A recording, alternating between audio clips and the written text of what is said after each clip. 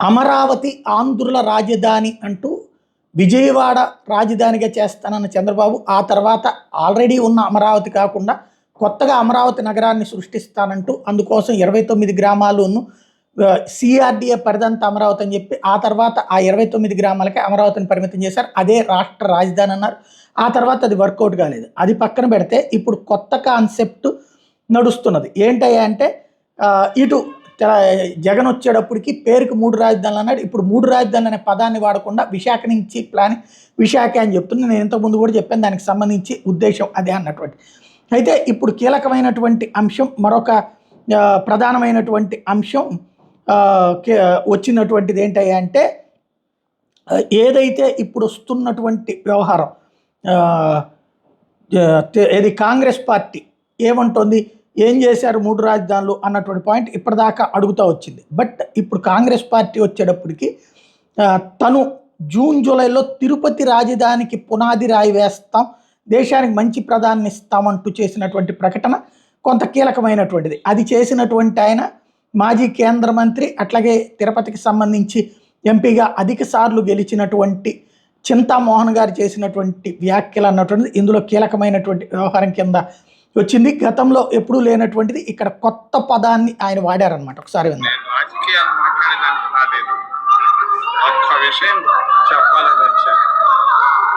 తిరుపతి రాజధాని నగరం అవుతుంది, అయి తీరుతుంది.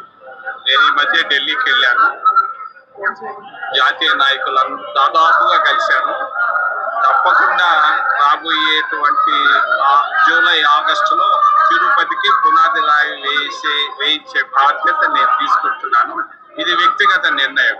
కారణం ఒకటి, ఈ కరువు, కష్టాలు, కన్నీళ్లు, ఆకలి, అప్పులు, రైతుల ఇబ్బందులు, ఈ పోయి రాయలసీమ భాగ్యసీమగా మారాలంటే ఒక్క మార్గం. ఆ మార్గం రాజధాని నగరం తిరుపతి రాజధాని అవుతుంది.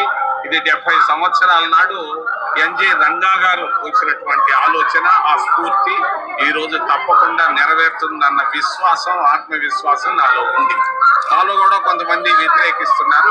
ఎంతమంది వ్యతిరేకించిన ధర్మం, న్యాయం, ముఖ్యంగా రాయలసీమ ప్రజలు వాళ్ళ కన్నీళ్లు, కష్టాలు ఈ దేశంలో ఎవరికీ లేనటువంటి ఉన్నాయి. కాబట్టి తిరుపతి రాజధాని నగరం చేసి తీరేదానికి నేను వ్యక్తిగతంగా ప్రయత్నం చేస్తున్నాను. అవుతుంది, అయి తీరుతుంది. ఉన్నదా ఫ్రెండ్స్? ఎలక్షన్ దగ్గర వస్తుంది. మీ కాంగ్రెస్ పార్టీ సంబంధించి రాయలసీమ జిల్లాలో మీ పార్టీ అధిష్టానం కాంగ్రెస్ పార్టీకి అధికారం ఇస్తే అంటే ఇప్పుడు దీన్ని బట్టి చూస్తుంటే మరొక ప్రాంతీయ రగడ సృష్టించడానికి కాంగ్రెస్ పార్టీ సిద్ధమవుతుంది. ఇంతకుముందు ఇట్లాగే ఆంధ్ర వాళ్ళు ద్రోహులు, తెలంగాణకు అన్యాయం జరిగిందని తెలంగాణ విభజనవాదాన్ని తీసుకొచ్చింది వాళ్లే. చివరికి తెలంగాణ మొక్క చెక్కలైంది. ఇప్పుడు రాయలసీమను ముక్కలు చేయడానికి కొత్త కుట్ర పన్నుతున్నట్టున్నారు. ఎందుకంటే కాంగ్రెస్ పార్టీ ఉనికి కోల్పోయింది. ఆంధ్రాలో, తెలంగాణలో మళ్ళీ అధికారంలోకి వచ్చింది. ఇప్పుడు అధికారంలోకి రావాలంటే తెలంగాణలో ఎందుకు అధికారంలోకి వచ్చింది? అది రాష్ట్రం వచ్చింది కాబట్టి, రాష్ట్రం ఇవ్వబట్టి. కాబట్టి అది 2 టర్మ్స్ కొట్టుకుని 3వ అధికారంలోకి వచ్చింది. అట్లాగా చేయడానికి కొత్త నినాదం తీసుకొచ్చినట్టున్నారు. తిరుపతి రాజధాని అవుతుంది అంటూ స్వామివారిని దర్శించుకున్నాక చింతామోహన్ చెప్పడం, తాను వెళ్ళి ఢిల్లీ పెద్దలతో మాట్లాడానని చెప్పడం, షర్మిల ఓ పక్కన అమరావతి ఏం చేయలేదంటుంది. ఇప్పుడు చింతామోహన్ వచ్చి ఏకంగా తిరుపతి రాజధాని పెడతానంటాం. అంటే జూన్ జూలైలో పునాది రాయి అంటే ఇది ఒక నాటకం. ఏంటి, కేంద్రంలో రాహుల్ గాంధీ వస్తే అధికారంలోకి, రాష్ట్రంలో కాంగ్రెస్ పార్టీ అధికారంలోకి వస్తున్నది. ఈ 2 జరిగేది కాదు, చచ్చేది కాదు. కానీ ఇక్కడ సెంటిమెంట్ ఏంటి, తిరుపతి వద్దంటారా అని అడుగుతారు. అట్లాగే రాయలసీమకి రాజధాని వద్దంటారా అని అడుగుతారు. ఇప్పుడు జగను క్రిందసారి ఏ కడపకో పెట్టుకుంటానంటే ఆరచ్చే నడిచేది కదా, అందుకనే తను వైజాగ్ అని చెప్పింది. ప్రధాన నగరం వైజాగ్ అని కాదనడానికి ఏం లేదు.